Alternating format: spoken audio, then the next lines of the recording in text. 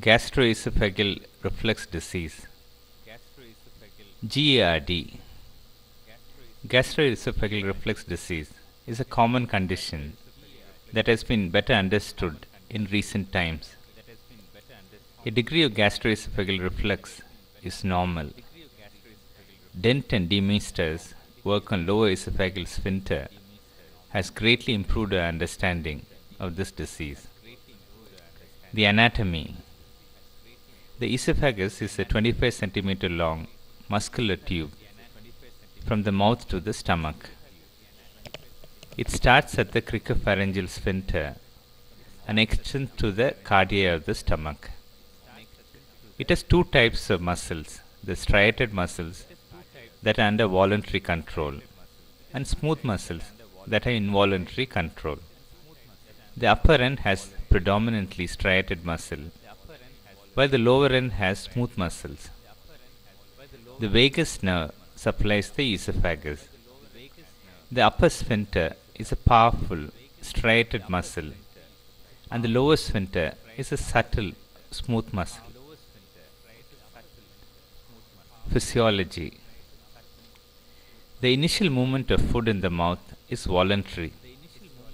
The pharyngeal swallow response involves sequential contractions of the oropharyngeal muscles with closure of the nasal and respiratory passages. Then the primary peristalsis takes the food through the relaxed lower esophageal sphincter into the stomach, taking some air with the bolus of the food. The lower esophageal sphincter prevents the gastric and duodenal contents from entering the esophagus.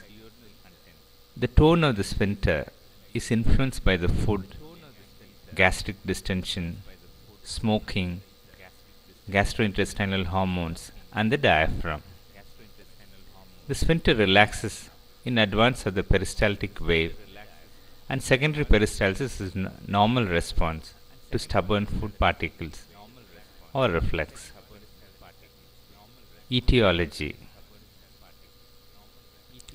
Loss of competence of the lower esophageal sphincter leads to gastroesophageal reflux disease.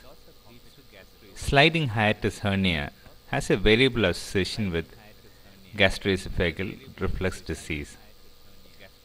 Reflux esophagitis is a complication of GERD, occurring in about 40 to 50% of those with reflux disease. As mentioned at the beginning, a degree of gastroesophageal reflux is normal and is due to transient lower esophageal sphincter relaxation. Pathological reflux starts initially as increase in number of these transient lower esophageal sphincter relaxations.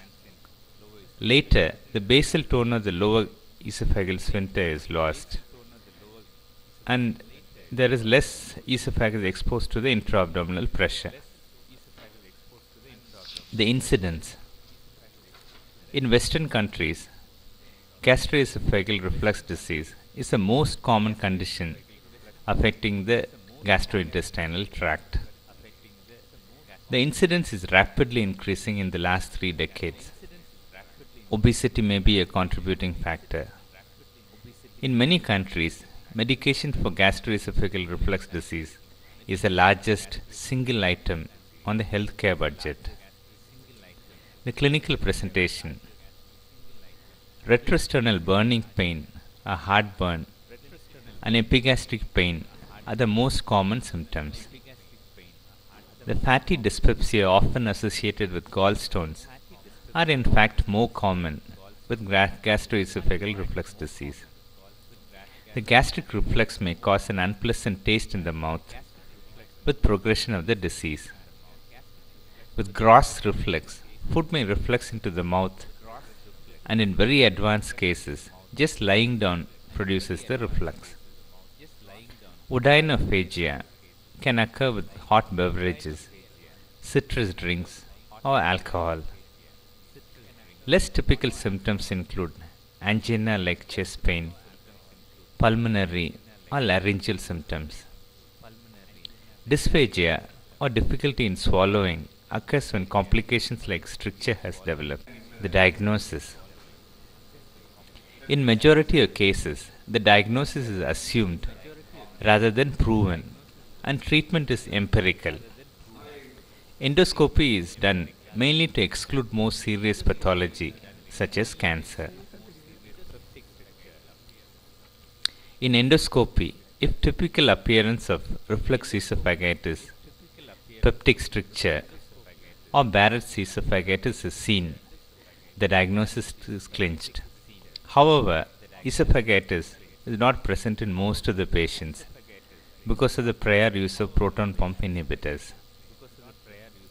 Esophageal manometry and 24-hour esophageal pH recording gives the diagnosis but are expensive and available only in few centers. Barium swallow and meal give the diagnosis, especially when there is a hiatus hernia. These diagnostic procedures are about 50% accurate, and some may feel that just a toss of a coin should suffice.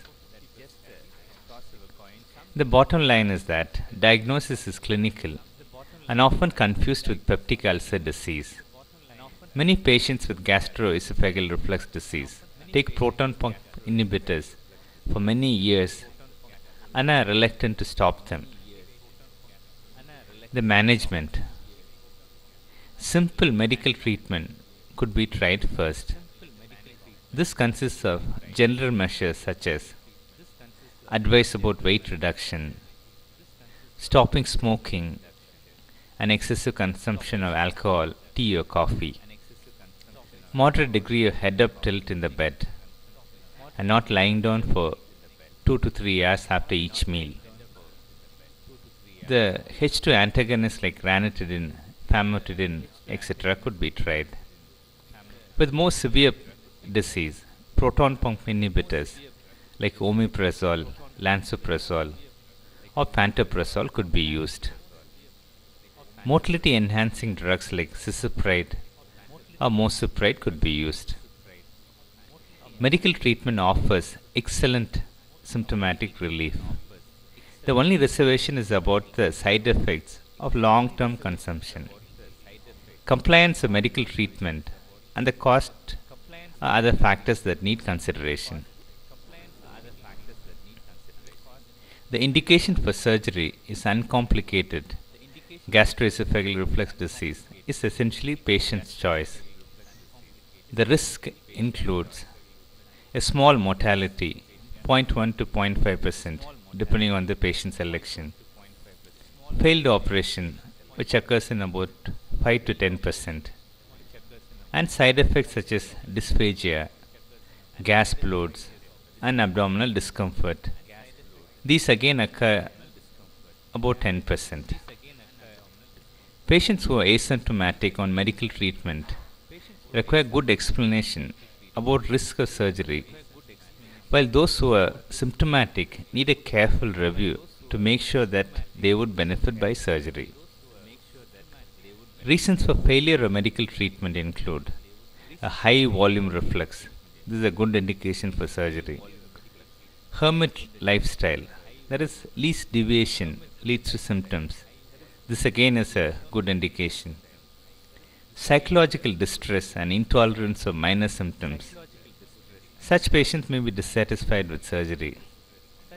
Poor compliance. It's a good indication for surgery if poor compliance is due to side effects. Otherwise, it's a bad indication. And misdiagnosis of gastro reflux disease.